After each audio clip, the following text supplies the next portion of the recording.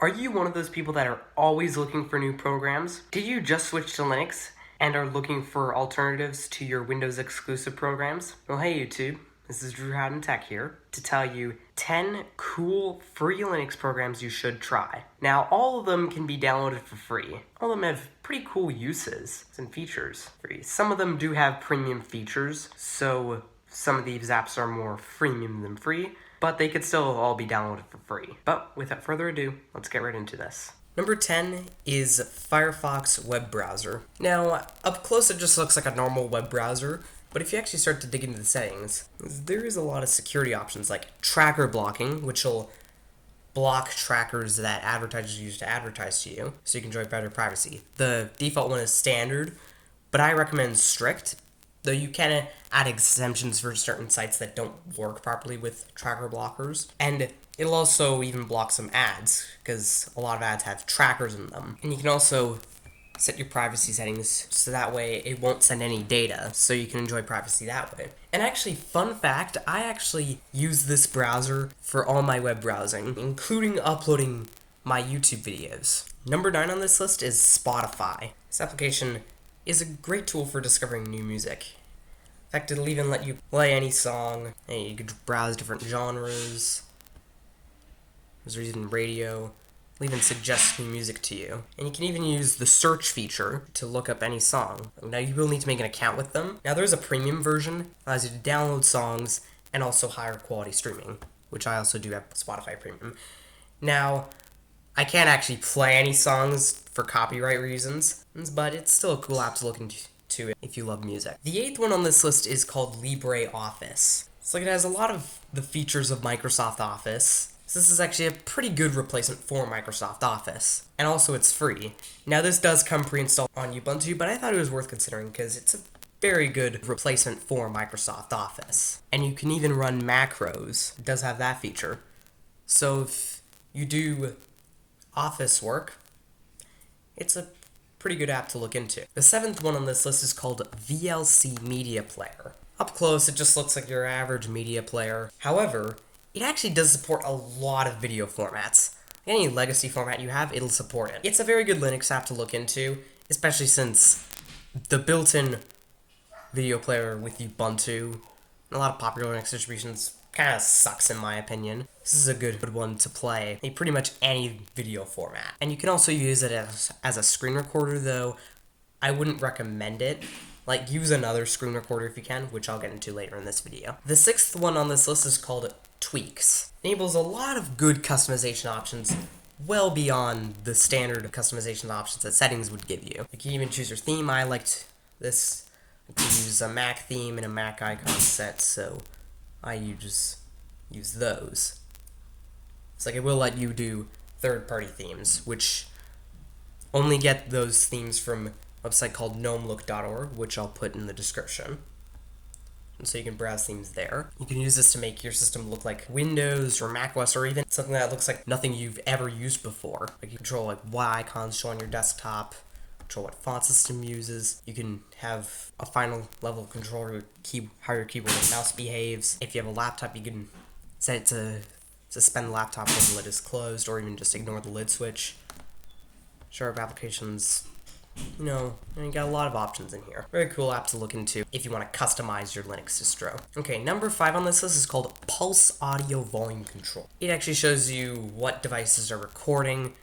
As you can see, my screen recorder shows up here, your speaker, your microphone, things of that nature. If you see any monitors, what they do I find is allow you to record only the audio coming out of your speakers. Now, this application does give you low-level access to your microphone. I have a stereo mic, but if I have both mics turned on, it doesn't work well with mobile devices or devices that have only one speaker in general. I just have one microphone on, and the other one's just completely off. If you're wondering why, it's only playing out of one speaker if you're using a stereo device. If you have any better way to configure my audio, feel free to leave it down in the comments below. But yeah, this program gives you way more control over your audio beyond just the regular settings app built into a lot of Linux distros. The 4th one on this list is called New Image Manipulation Program, or conveniently GIMP for short. This app actually actually is a good replacement for Photoshop, though I've heard it doesn't really have all the advanced features that Photoshop does, which is to be expected with freeware photo editors or freeware software in general. Although, if you're switching to Linux, you might want to give this a try before trying to run Photoshop in Wine, which I find that trying to run Windows apps in Wine in general, it just doesn't really work well. Like, if you can get it working perfectly fine, by all means use it, but I just say save time, just use a virtual machine or even dual boot, or even just use another PC that's running Windows. But anyway, like, it offers a lot of advanced features. Like, you can even remove the background of an image to make an icon if you want to, like, hear about one advanced feature that it has. I use this to make all the thumbnails for my YouTube videos. Like, those are little icons for videos that you see, like, before you click on them. They're how I make an image of what the video is about without actually embedding that into the video itself. So pretty cool app if you love Photoshop or just want to start to get into image editing. Third one on this list is called SimpleScreenRecorder, which actually, fun fact, I am actually using SimpleScreenRecorder to record this video right now. And all of my YouTube videos involve screen recordings, believe it or not. But it actually, despite the name, it actually does have a lot of options, as it says right here. A good rule of thumb, and this goes for any application, if you don't know what a setting does, the default setting usually works fine. You can record, like, only a part of the screen, though. I find that it's not really practical, so I just always record the whole screen. And yeah, if you do have PulseAudio volume control, set the back end to PulseAudio. And of course, do test your audio, just make sure that you have your audio configured properly. And you can save it to whichever file you want. I might go over why I do this in a future video. My container, I use MP4. Codec is just H.264. And my audio codec is AAC 256 kilobits per second, because according to YouTube themselves, this is the best codec for YouTube video streaming. So now the second program on this list is called Flowblade Movie Editor. You get all these formats for rendering. I like to use H.264 because it's the most streamable codec.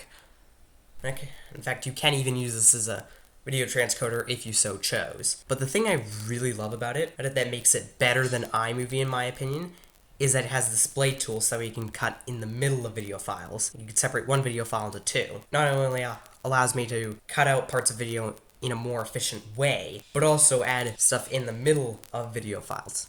In fact, actually, fun fact, I use this to edit all my YouTube videos. It's really good. The only downside to Flowblade, though, is that there is a steep learning curve in my opinion. In fact, for this reason, I have not tapped into everything Flowblade can do, but I am excited to see what I figure out. Okay, so now the final one on this list is VMware Player. VMware Player is my favorite virtualization tool. It does have all the big operating systems, like Microsoft Windows, Linux. Only one it doesn't have is Mac OS. I have had real difficulty running that one, so if you are trying to Hackintosh, I'd probably look into something like VirtualBox, but hey, if you are on a simple virtualization solution for your Windows apps, I would definitely recommend this application. The thing that makes it so special is that it actually will configure the virtual machine for you. Like, it'll just do all the installation, stuff like that for you. Just like the ISO file, run the setup, and then away you go. And I will say that when you do make a virtual machine, it does not show up here for whatever reason, so you will have to manually open up by going to the VMware directory and then opening up the VMX file. So that means that there are some settings that you cannot change once created, or just that you cannot change at all. But other than that, it's a great virtualization solution, and if you want to start with virtual machines. And actually, fun fact, I actually do use VMware Player to emulate another computer if I'm doing stuff like installing an operating system where I really don't want to do it with my physical machine. I can just emulate another machine and do it that way. There you go. No configuration required. That's what allows me to push out videos even quicker. I do want to say that there is a paid version of this called VMware Workstation Pro. It just gives you access to more advanced features, stuff like that. Yeah, so it's more of a freemium program than a free program. And that's it for my list of 10 cool free Linux programs that you should try. If I neglected to mention your favorite Linux program, let me know down in the comments. And thanks for watching. If you liked this video, found it was helpful, hit the like button, share this video with your friends, subscribe to the channel, and leave a comment.